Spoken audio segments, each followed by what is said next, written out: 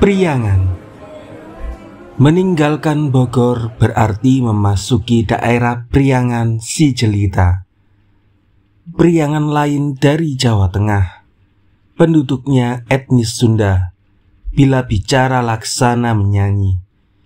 Tidak mengherankan bila kesenian rakyat di sini hidup, berkembang, kreatif, dan lebih dari itu, komunikatif. Sebelum VOC mengacak di pedalaman Jawa, orang Sunda mereka namai Jawa Gunung.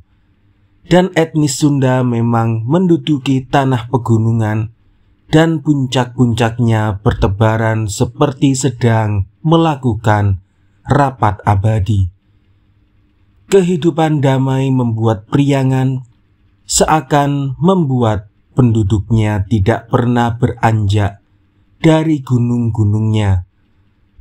Mereka tidak menyukai kekerasan.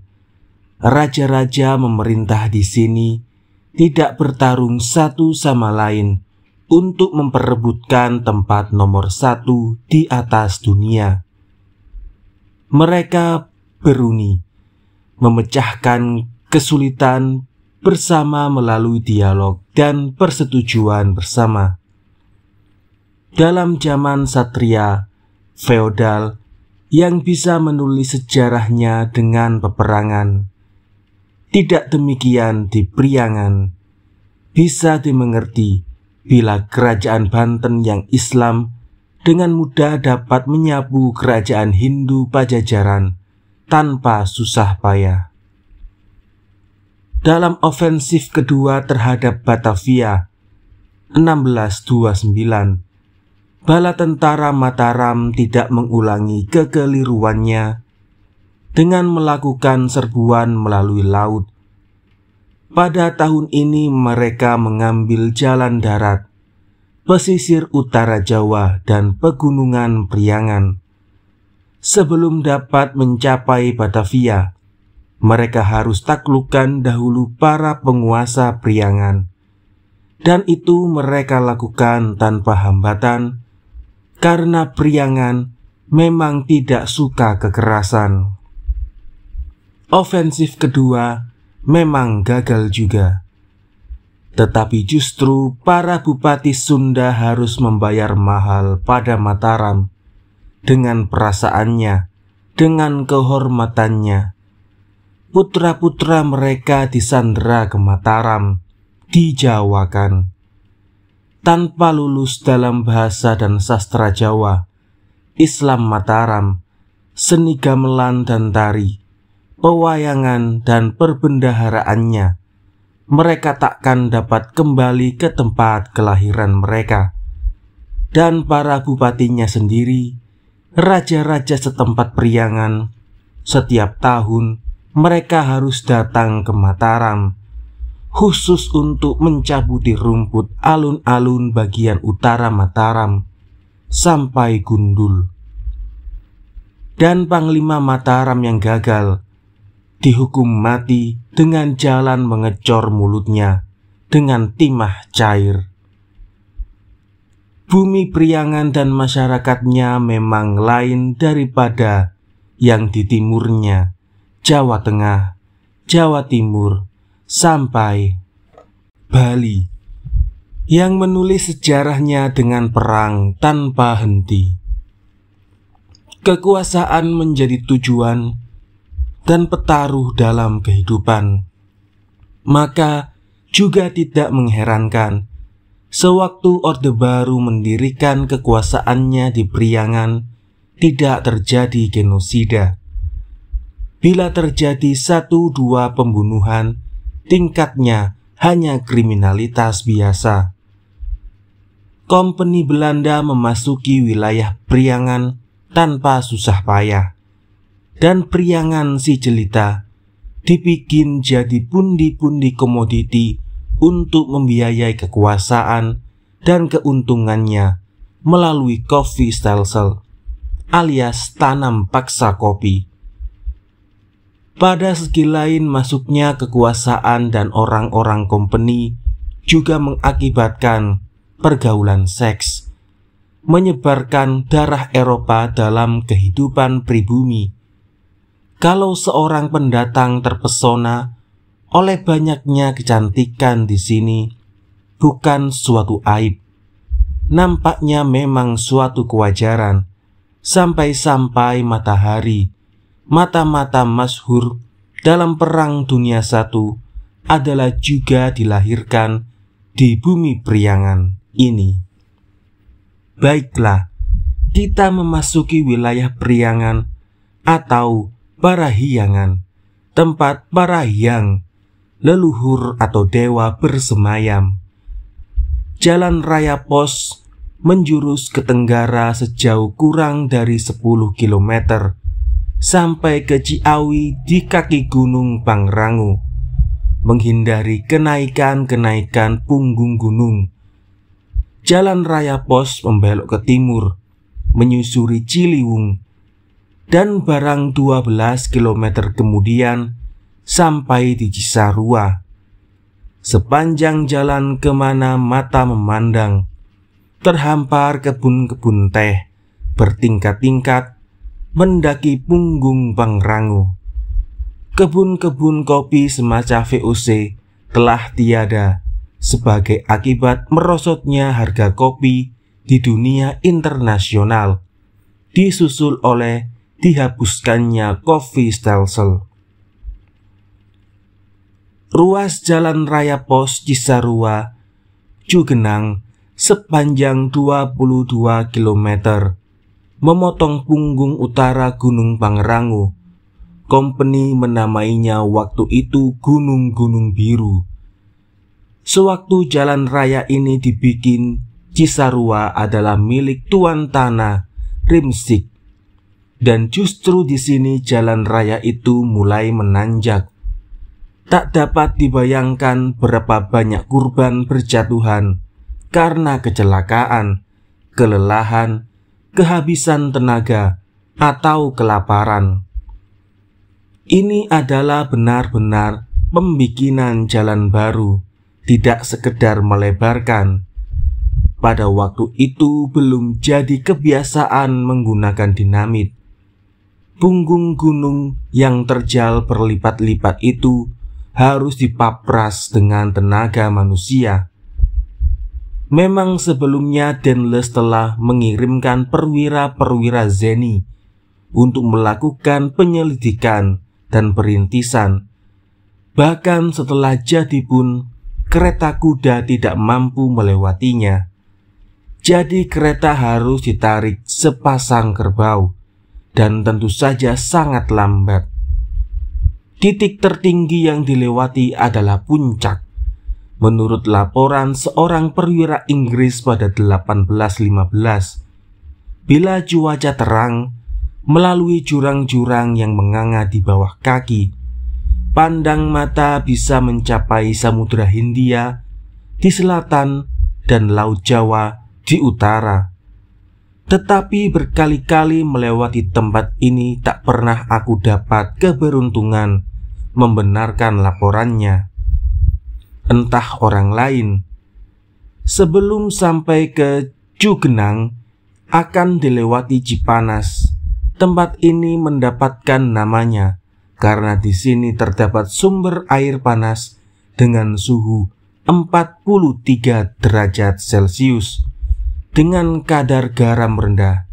Juga di sini berdiri istana tempat Gubernur Jenderal bertetirah. Cianjur hanya menuruni beberapa kilometer lereng timur Gunung Gede, dan orang pun sampai ke Cianjur, 460 meter di atas permukaan laut. Wilayahnya mempunyai keistimewaan alam. Di bagian utara, sungai-sungai mengalir ke utara sampai ke Laut Jawa. Di bagian selatan mengalir ke Samudra Hindia. Kabupaten ini terkenal karena gending gaya Cianjurnya yang biasa dinamai Cianjuran. Baru sekali kusinggahi tempat ini, hanya karena secara kebetulan bertemu dengan salah seorang bekas tapol, salah seorang pendiri Lekra yang sebelum peristiwa 30 September 1965 dipecat dari semua jabatan organisasi. Ternyata ia tetap tegar seperti sebelum kehilangan jabatan organisasi sebelum peristiwa September. Dan setelah belasan tahun dirampas kebebasan dan semua miliknya. Bukan soal kalah atau menang itu, soalnya selalu benar atau tidak benar, adil atau tidak adil, katanya. Sewaktu terjadi pertempuran tersebut, ia sedang terlibat dalam suatu perkara. Dari orang tuanya yang telah meninggal, ia mendapat warisan sebidang tanah dan digusur orang. Beberapa bulan kemudian, ku dengar dari orang lain, ia kalah perkara. Tentu saja, ekstapol memang telah dibikin tak punya kepastian hukum sejak dirampas kebebasannya oleh Orde Baru. Lebih dari itu, kekalahan dan kemenangan di pengadilan pun bukan soal. Soalnya adalah benar atau tidak benar, adil atau tidak adil. Dan mungkin aku boleh percaya bahwa ia masih tetap tegar. Tanpa keterangan, sudah lama tapol atau ekstapol mati merana. Dan mungkin justru itu yang dikehendaki Orde Baru atau Horde Baru.